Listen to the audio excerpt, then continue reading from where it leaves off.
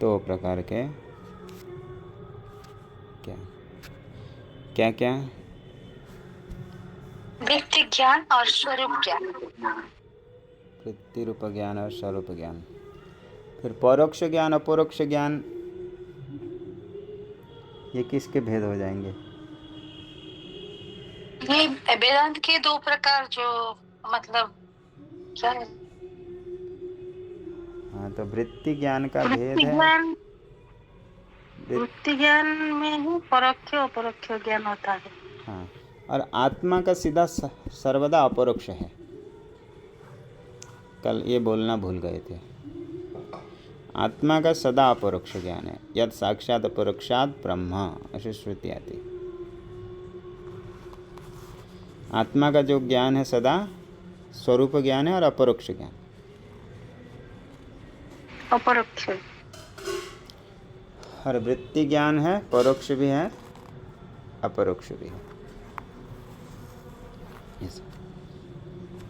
कैसे सुनिए? वृत्ति ज्ञान अपरोक्ष मतलब क्या सुनिए? जैसे प्रत्यक्ष देख रहे हैं अभी सामने आपको, अभी सामने पुस्तक है। ये पुस्तक का जो ज्ञान है ये अपरोक्ष ज्ञान है। अपरोक्ष यानी प्रत्यक्ष। पुस्तक का ज्ञान हो रहा है प्रत्यक्ष, सामने रखा हुआ है, देख रहे हैं। तो ये जो पुस्तक का ज्ञान है कैसा ज्ञान है? ये अपरोक्ष। अपरोक्ष ज्ञान का है, प्रत्यक्ष ज्ञान का एक ही है। तो स्वामी जी के स्वरूप ज्ञान जो है वो भी प्रत्यक्ष है ना? सदा, बोले अभी वो सदा ही प्रत्यक्ष है। कैसे हम देख पा रहे हैं? जैसे एक किताब को देख रहे हैं या पुस्तक को देख रहे हैं, ऐसे क्या अपने स्वरूप को मतलब हम हमेशा देखते हैं, वही बात बोल रहे हैं? स्वरूप को कैसे देखते हैं? मैं मतलब मैं हूँ, अहम, ये जो बोध हो रहा है। मैं नहीं हूँ ऐसा कभी होता है? कैसा प्रत्यक्ष हुआ? मैं नहीं हूँ कभी ऐसा बोध होता है? नहीं। सदा ही अपना ज्ञान है। ये जो ज्ञान हो रहा है ये दूसरे के बताने से हो रहा है आपको? नहीं। नहीं। स्वयं को हो रहा है कि नहीं? ये प्रत्यक्ष है ये। जी। हाँ, सच्चिदानंद स्वरूप जो मैं आनंद स्वरूप हूँ सदा, इसका अभी नहीं हो रहा है प्रत्यक्ष कि मैं व्यापक हूँ। लेकिन स्वयं का जो बोध होता है, मैं हूँ, ये जो बोध हो रहा है ये सदा ही प्रत्यक्ष ही है, अपरोक्ष है। ऐसा कभी इसका अभाव होता है? इस ज्ञान का कभी अभाव नहीं होता कि मैं ना भुवम, कि मैं कभी ना रहूं, ऐसा भी नहीं होता है। सदा ही। कभी घोर अंधेरे में सो जाते हैं तो पता भी नहीं चलता है कि मैं कहाँ हूँ, किधर हूँ। उस समय भी पता चलता है कि मैं हूँ या नहीं, ऐसे कुछ संशय होता है? नहीं होता। हाँ, नहीं होता। ये हो जाता है कि कभी कभी नहीं पता चलता कि किधर सर करके सोया था, कभी उठा, कहाँ उठा, ये नहीं पता चलता। किधर जाना है ये नहीं चलता है अंधेरे में। परंतु ये कभी नहीं होता है कि मैं नहीं हूँ। ऐसा होता है? नहीं, ऐसा नहीं होता है। इसलिए स्वरूप का जो बोध है सदा ही अपरोक्ष रहता है। और जो विशेष अर्थात जो सर्वज्ञ अर्थात सर्वव्यापक आदि दुखों से रहित हूँ, इस प्रकार के तो अभी परोक्ष हो रहा है शास्त्र सुन करके। ये विचार किए थे। तो ये कहा गया कि जी श्रुति बताइए समझिए, प्रत्यक्ष अपरोक्ष ब्रह्म यत् साक्षात अपरोक्षात ब्रह्म, साक्षात अपरोक्षात ब्रह्म। वहाँ अपरोक्षात का अर्थ अपरोक्षम करना चाहिए। ऐसे तो पंचमी दिया है, परंतु ब्रह्म प्रथमा होने से वहाँ भी यत् साक्षात अपरोक्षम ब्रह्म ऐसा होना चाहिए। लेकिन श्रुति है तो ऐसा ही माना जाता है, यत् साक्षात अपरोक्षात। स्वामी जी फिर परोक्ष ज्ञान की थोड़ा विश्लेषण कीजिए। परोक्ष वही होता है ये फिर ज़्यादा ही वो हो जाएगी, मतलब जटिल कि दृढ़ हो जाएगा। थोड़ा सा, क्योंकि प्रत्यक्ष आप जैसे बोले आत्मस्वरूप, ये अपरोक्ष अर्थात प्रत्यक्ष ज्ञान है जी। और अभी सरलता से तो बताएं तो परोक्ष को थोड़ा जानना जरूरी होता है।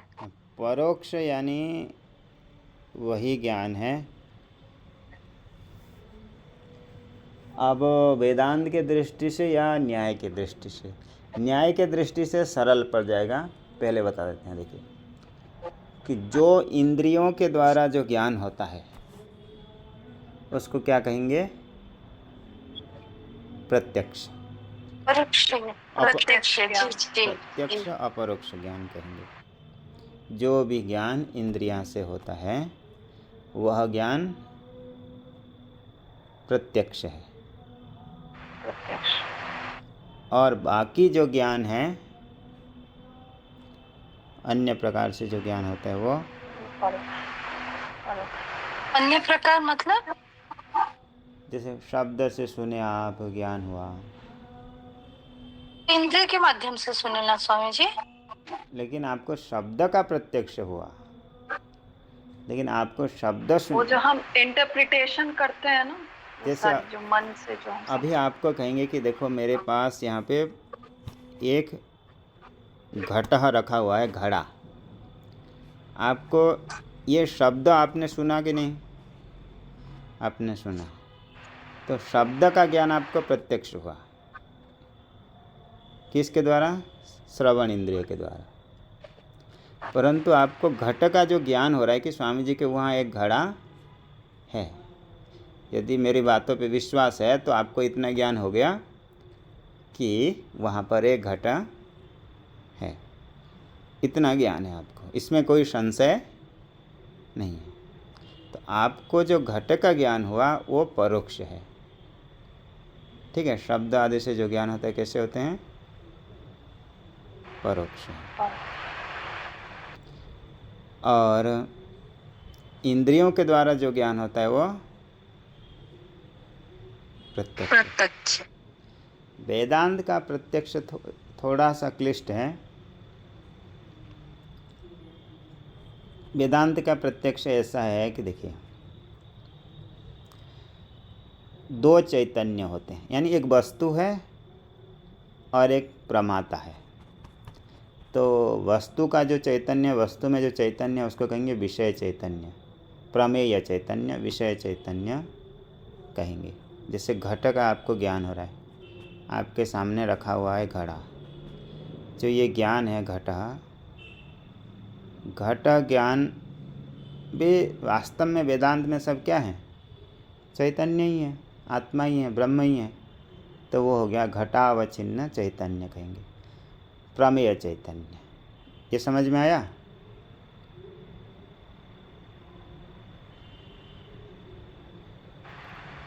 स्वामी जी और एक बार बताइए।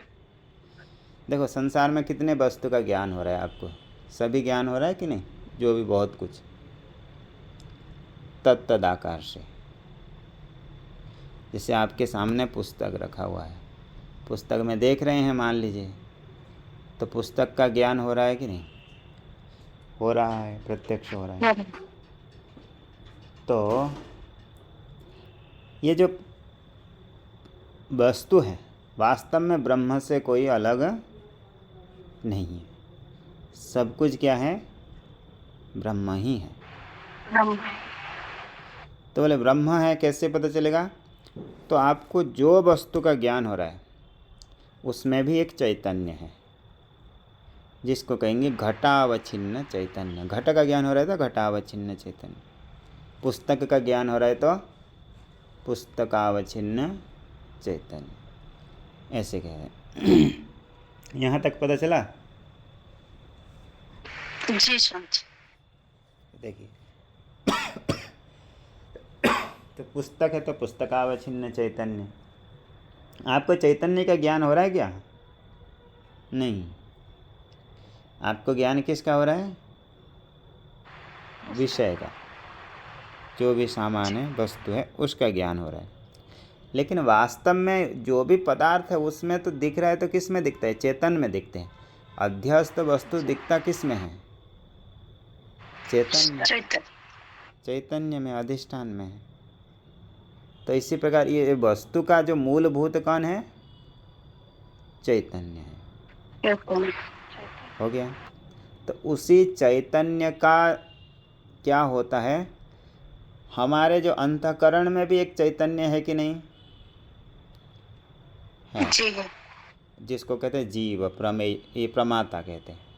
जैसे अभी हम स्वयं को व्यवहार कर रहे हैं, बोल रहे हैं, तो हम अपने आप को जीव मान के व्यवहार करते हैं। तो ये हो गया प्रमातृ चैतन्य। तो ये प्रमातृ अंतःकरण में जो चैतन्य का अभिव्यक्ति हो रही है, और एक विषय में एक चैतन्य की अभिव्यक्ति हो रही है। कितने चैतन्य हुए? दो चैतन्य हुए।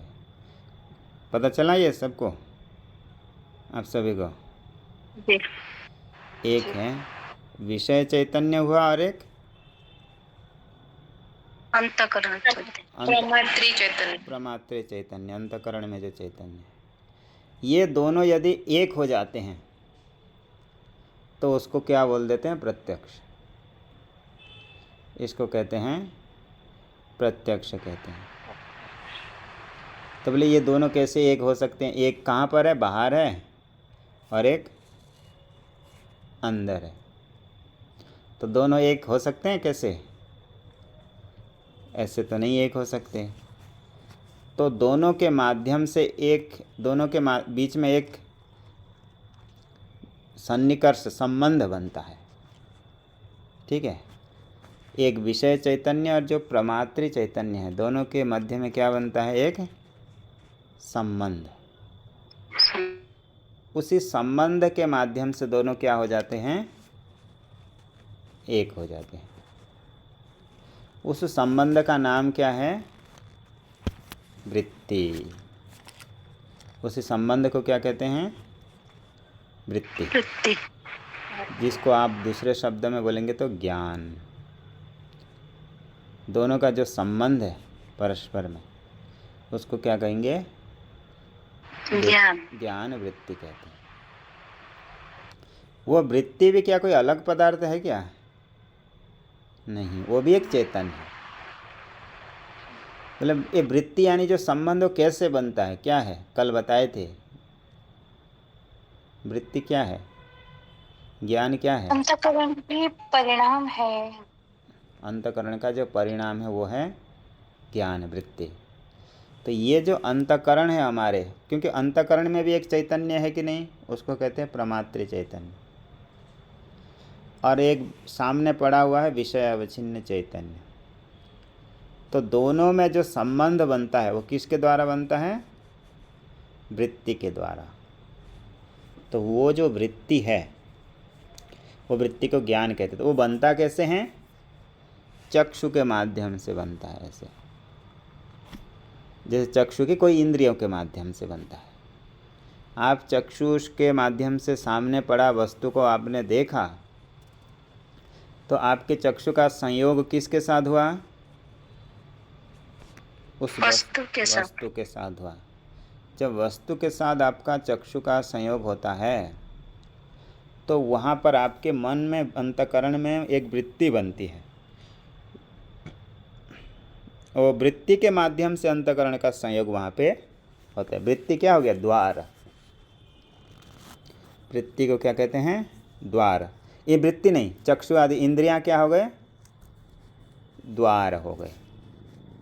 इन्हीं द्वार के माध्यम से वृत्ति कहाँ जाती है? वस्तु के प्रति जाती है। तो उसी द्वार से जाकर के वस्तु के साथ मिल जाती है वृत्ति। तो ये चेतन ही वहाँ पर, तो इसी चेतन का, अंतःकरण अवच्छिन्न चैतन्य प्रमातृ चैतन्य का, उसी प्रमेय चैतन्य के साथ जो एक भूत हो जाना, एक हो जाना, इसको क्या कहते हैं? ज्ञान। इसको बोलते हैं प्रत्यक्ष। इसी का नाम क्या है? प्रत्यक्ष ज्ञान। इसको बोलते हैं प्रत्यक्ष ज्ञान कहते हैं। और जब आपको आत्म साक्षात्कार होगा, तब ऐसे दोनों चेतन एक हो जाएंगे। जब आप स्वयं को मान रहे ना जीव प्रमात्र चेतन, जब आपको शब्द सुन सुन के आपके चित्त में जब वृत्ति बनेगी परमात्मा की वृत्ति, वो विषय कौन है? ब्रह्म। आप चिंतन किसके करते हैं? ब्रह्म के। तो वृत्ति के, उस वृत्ति का आप चिंतन कर रहे हैं, तो वृत्ति किसकी बन रही है आपके? ब्रह्म की वृत्ति। वो जो वृत्ति कहाँ से बनती है? अंतःकरण से वृत्ति बनती है, अंतःकरण के परिणाम है। तो वही वृत्ति के माध्यम से जब प्रमात्र चैतन्य और जो आपका प्रमेय विषय चैतन्य ब्रह्म है, दोनों जब एक हो जाते हैं तो इसी को क्या कहते हैं?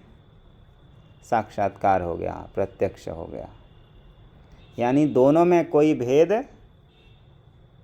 नहीं रह जाते, दोनों एक हो जाते हैं। जैसे आप खेती करते हैं तो छोटे छोटे ऐसे धान, ये मतलब साग आदि धनिया पत्ते करते हैं, तो कैसे करते हैं? छोटे छोटे ऐसे क्यारी करते हैं। यहाँ से एक क्यारी है और दूसरे क्यारी है, तो यहाँ से पानी लेके वहाँ तक जाने के लिए कैसे कर देते हैं? एक धार बना देते हैं। तो यहाँ से पानी है, जा कर के वहाँ मिल जाता है, तो उसका जैसे आकार रहता है पानी भी उसी आकार में बदल जाता है। जैसे बर्फ़ जमाते हैं फ्रिज में हम लोग, तो कैसे बन जाता है? जिस आकार में हाँ, कठिन हो जाता है। मतलब यहाँ तो कठिन नहीं होता, लेकिन कैसे आकार ले लेता है? जिस आकार में दे देते हैं उसी आकार में परिणत है। इसी प्रकार ये हमारी जो वृत्ति है, जो विषय को देखता है उसी आकार में वृत्ति क्या हो जाता है? परिणत हो जाता है, उसी आकार को ले लेता है। तो कुल मिलाकर के जो प्रश्न था कि प्रत्यक्ष क्या है, तो प्रत्यक्ष ये था कि जो विषय में जो चेतन है और प्रमात्री जो चेतन है, दोनों यदि एक हो जाते हैं तो इसको क्या कहते हैं? प्रत्यक्ष। इसको बोलते हैं प्रत्यक्ष। और जहाँ पर ज्ञान तो हो रहा है लेकिन दोनों चेतन एक नहीं हो पाते हैं, उसको क्या कहेंगे? परोक्ष। वो हो जाएगा परोक्ष ज्ञान। जैसे अभी आपने पता चल गया कि यहाँ पर घट है, आपको घटाकार वृत्ति बन रही है, आपको घट का ज्ञान है, इतना तो पता है ना, दृढ़ विश्वास है कि चलो हाँ बोल दिए, मतलब वहाँ घड़ा है, तो आपको पता है कि यहाँ पे घट है, तो आपको घट का ज्ञान है कि नहीं है? तो घट की वृत्ति बन रही है, तो घट का ज्ञान है। लेकिन ये घटावच्छिन्न चैतन्य के साथ आपका जो चैतन्य का दोनों एक नहीं हो पा रहे हैं, इसलिए ये ज्ञान क्या है? परोक्ष है। क्योंकि यहाँ दोनों चेतन एक नहीं हो पाए, विषयावच्छिन्न चैतन्य और प्रमात्र चैतन्य दोनों एक नहीं हो पाए।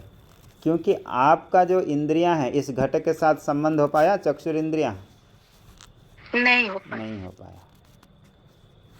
आपको शब्द का प्रत्यक्ष हो गया। क्यों हो गया? क्योंकि शब्द का जो इंद्रियां हैं श्रोत्र, उसके साथ आपके श्रोत्र का संबंध हो गया। संबंध होने से शब्द का क्या हो गया? प्रत्यक्ष हो गया। परंतु घट का आपको प्रत्यक्ष नहीं हो पाया। ये होते हैं ऐसे वेदांत में। ये जब स्वामी जी संस्कार की वजह से जब घटाकार वृत्ति बनता है, संस्कार के कारण नहीं, अगर वो उसको क्या बोलेंगे? मैं घट को पहले देखा हूँ, आप अभी उधर से घट का बारे में बोल रहे हैं। हाँ जी। तो मैं आपका कुटिया आके घट देखा था पहले जी, तो वो घट को मैं आकार ले रहा हूँ अभी। हाँ तो वो संस्कार की वजह से घटाकार वृत्ति बन गया मेरे में जी। तो उसको स्मरण वो हो गया, ओनली स्मरण हो गया स्मरण, वो हो गया स्मरण। संस्कार से जो ज्ञान होता है वो सिर्फ स्मरण है। स्मरण है। वो हो गया लेकिन स्मरण। ये भी परोक्ष ज्ञानी बोल सकते हैं ना अभी। जी, वो भी परोक्ष ज्ञान है। तो स्वामी जी आत्म स्मरण होगा साक्षात्कार तो जो भी। है, जी स्वामी जी, हाँ एक मिनट, स्वामी जी आत्म कुछ कह रहे थे। जी जी सॉरी, मैं अगर स्मरण होता तो भी वो परोक्ष ज्ञानी है। जी, स्मरण होता है तो भी, हाँ क्योंकि अभी परोक्ष ज्ञानी। अभी क्योंकि विषय के साथ एकाकार हुए नहीं ना, एक चैतन्य का अभेद नहीं हुए हैं, इसलिए स्मरण ही है वो। लेकिन ब्रह्माकार वृत्ति में कभी मतलब वो क्योंकि जो ब्रह्म है वो आपसे भिन्न कभी है नहीं ही है। नहीं, अच्छा, इसलिए वो सदा प्रत्यक्ष ही। इसलिए वो सदा होता है। जी, कभी होगा कभी नहीं होगा तो भी वो एक बार हुआ तो अपरोक्ष हो हाँ जाएगा। अपरोक्ष है, क्योंकि ब्रह्म अलग वस्तु तो है नहीं, घटा आदि जैसे। अच्छा जी, अच्छा। चलिए आप क्या कह रहे थे। स्वामी जी आत्म साक्षात्कार जो है वो तो प्रत्यक्ष में आएगा ना? जी, आत्म साक्षात्कार जो बन रहा है वो प्रत्यक्ष, अभी भी ज्ञान हो रहा है कि नहीं अपने आप को सुन करके शास्त्र,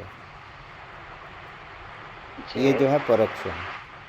ये परोक्ष है। हाँ, कि मैं और आत्मा अगर जैसे कि ज्ञान जब हो जाता है, जब जी आत्म साक्षात्कार हो जाता है जी, तो वो प्रत्यक्ष होगा। हाँ जो वृत्ति बनेगी, तो ये वृत्ति बता रहे थे ना जो प्रक्रिया, जी इसके लिए तो मनन निधिध्यासन वैराग्य चाहिए, क्योंकि जी वृत्ति बनने के लिए वैराग्य चाहिए, एकाग्रता चाहिए, जी समाधि चाहिए, अभ्यास चाहिए। जी तो वही वृत्ति ही अज्ञान के नाशक है। देखो कल एक चीज़ मैंने बताने की जिस मन में सोचा था लेकिन कल नहीं बता पाया, भूल गया। तो बोले एक है स्वरूप ज्ञान और एक है वृत्ति ज्ञान, दो ज्ञान ऐसे मानते हैं। तो स्वरूप ज्ञान तो अपना आत्मा है, सदा है, वो कहाँ हमारा ही तो स्वरूप है, हमसे अलग है नहीं। तो फिर एक अलग से वृत्ति ज्ञान मानते क्यों हैं, ये भी तो है ना। स्वरूप ज्ञान से ही हो जाए, क्योंकि देखो स्वरूप ज्ञान जो है वो अज्ञान का नाशक नहीं है। स्वरूप ज्ञान क्या होता है, अज्ञान का नाश नहीं करता है। स्वरूप ज्ञान तो अज्ञान का, देखो एक प्रश्न बनेगा, ये संसार की प्राप्ति किसके द्वारा है, क्यों है संसार की प्राप्ति, अज्ञान के द्वारा, अज्ञान के द्वारा। अज्ञान से हुआ है प्राप्ति। अविद्या के। आत्मा का वास्तविक स्वरूप क्या है, शुद्ध चैतन्य, चैतन्य ज्ञान स्वरूप। ज्ञान स्वरूप। पहले ज्ञान में अज्ञान रहता है, आपके घर में इतने लाइट लगी है, वहाँ अंधेरा है नहीं। तो आत्मा यदि ज्ञान स्वरूप है तो उसमें अज्ञान कहाँ से आया, मतलब हो कैसे सकता, कहाँ से आया नहीं, हो कैसे सकता, कहाँ से आया तो कोई नहीं, अनादि है, दिख रहा है, लेकिन हो कैसे सकता है, ये भी तो प्रश्न है ना। इतने प्रकाश में अंधेरा कहाँ से आया, तो नहीं उसमें तो चाहिए, जी उसमें नहीं है स्वामी, जैसे सूर्य में नहीं है अंधकार वैसे ही इसमें तो नहीं है, उसमें नहीं है लेकिन अच्छा नहीं है उसमें, तब इतना परिश्रम क्यों कर रहे हैं फिर। नहीं स्वामी, ये तो हमारे अंतःकरण में है ना।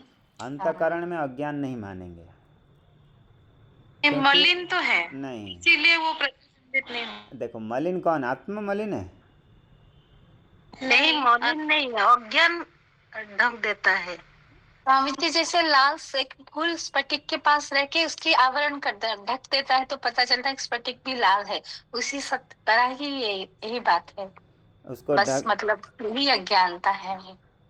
तो ऐसे कहेंगे तो कभी आप मुक्त ही नहीं हो पाओगे, क्योंकि कभी फिर अंतःकरण आदि आ जाए, हो जाएगा, तो फिर आप बंधन में आ जाएंगे। और देखिए जो सदा ही मुक्त स्वरूप है, ज्ञान स्वरूप है, तो उसको अज्ञान ढकेगा कैसे, कैसे ढक सकता है।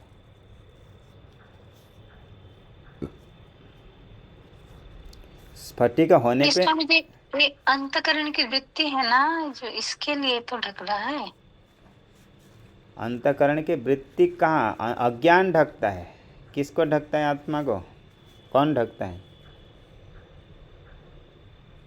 ये तो उसका आवरण शक्ति है ना स्वामी जी। आवरण शक्ति है।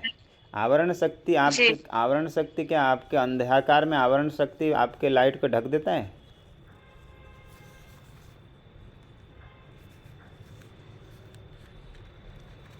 नहीं ढकता है ना। नहीं। तो देखो अब ये है कि अज्ञान कहाँ है?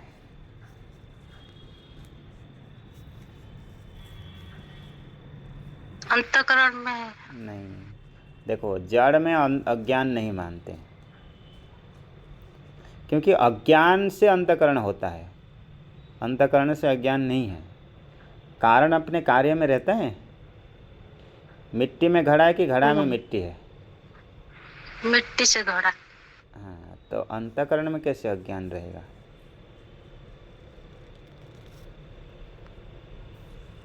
तो कहाँ रहेगा अज्ञान? चेतन में होगा। चेतन में है, सकते। आत्मा में है अज्ञान। इसलिए विवरण में कहते हैं, ये नहीं, संख्य सारे कार कहते हैं, आश्रयत्व विषयत्व भागिनी निर्विभाग चितिरेव केवला। आश्रय भी परमात्मा है और विषय भी ब्रह्म है। वही ब्रह्म अज्ञान का आश्रय भी है और विषय भी है। तो अज्ञान रहता कहाँ पर है? चैतन्य में, आत्मा में। ओहो, समय कितने हो गया? तो देखो, तो कहाँ पर है? आत्मा में। आत्मा में है। ठीक है, तो बोले आत्मा यदि ज्ञान स्वरूप है, यदि फिर कल याद कराएंगे तब इसको यहाँ छोड़ेंगे, नहीं तो फिर भूल जाए। तो देखिए, तो आत्मा क्या है? ज्ञान स्वरूप है। ज्ञान स्वरूप है तो उसमें अज्ञान कैसे होगा? तो कहते हैं कि अज्ञान नहीं, देखिए अज्ञान का विरोधी स्वरूप ज्ञान नहीं है। अज्ञान का विरोधी स्वरूप ज्ञान नहीं है। अज्ञान का विरोधी कौन है? वृत्ति ज्ञान विरोधी है। स्वरूप ज्ञान तो प्रकाशक है अज्ञान का। अज्ञान को जानने वाला भी कौन है? साक्षी रूप आत्मा। वो उसका बाधक नहीं है, उसका पोषक है। अज्ञान को जानने वाला भी कौन है? आत्मा है, साक्षी है, आत्मा ज्ञान रूप है, वो भी उसको जानने वाला है। तो देखिए, बोले कि फिर नाशक कौन होगा? वृत्ति ज्ञान। तो इसमें दृष्टांत देते हैं कि जैसे देखो, कन्वेंस, क्या लेंस बोलते हैं उसको, जो ऐसे हाँ ऐसे देखते हैं ना, तो उसमें सूर्य की किरण से आग लग जाती है जी, कॉन्वेक्स लेंस।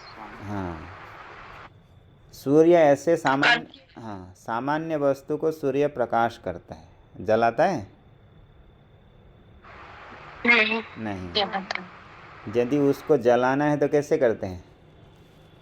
मध्यम और ग्लास के माध्यम से। हाँ, तो लेंस के। तो इसी प्रकार वृत्ति रूपी ज्ञान के द्वारा अज्ञान को नष्ट हो जाता है। लेकिन स्वरूपतः जो ज्ञान है उसका वो प्रकाशक है। स्वरूप ज्ञान है अज्ञान का प्रकाशक, नाशक नहीं है। लेकिन वृत्ति ज्ञान अज्ञान के नाशक है। तो इसी प्रकार वृत्ति रूपी जो ज्ञान होता है ना, वो अज्ञान को जलाता है। जिसी प्रकार लेंस से प्रकाशित होने वाला जो किरण होते हैं वो वस्तु को दहन करते हैं, दाहक होते हैं। इसी प्रकार वृत्ति का भी समान है, ऐसे समझना। यहीं तक करते हैं, आगे कल पाठ तो आज भी नहीं शुरू कर पाए। आगे ओम पूर्णमदः पूर्णमिदं पूर्णमदः पूर्णमिदं